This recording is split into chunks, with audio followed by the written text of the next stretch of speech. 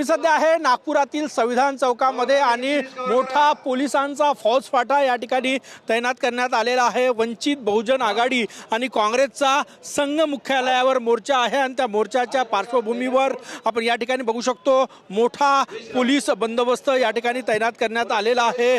पोलिसांनी वंचितला संघ मुख्यालयावर मोर्चा काढण्यासाठी परवानगी दिलेली नाही, तरीही वंचितचे नेते जे आहेत ते संघ मुख्यालयावर मोर्चा काढण्यावर ठाम आहे आणि त्यामुळेच पोलीस जे आहेत ते या ठिकाणी तैनात करण्यात आलेले आहे। मोठा पोलीस बंदोबस्त आपल्याला नागपुरातील या ठिकाणी संविधान चौकामध्ये पाहायला मिळत आहेत। आत्ता जी माहिती आहे त्यानुसार याच परिसरामध्ये सभा होणार आहे संविधान चौकामध्ये आणि थोड्याच परिसरामध्ये टी पॉइंट आहे तिथपर्यंत हा मोर्चा जाईल, तिथे पोलीस हा मोर्चा अडवणार आहे।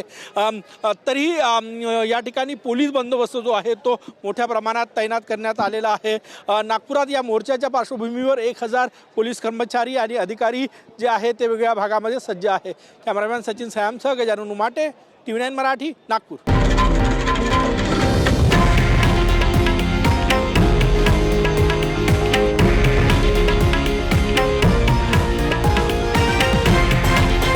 हे आहे देशातील नंबर 1 न्यूज नेटवर्क आणि आपण पाहत आहात TV9 मराठी, एकमेव।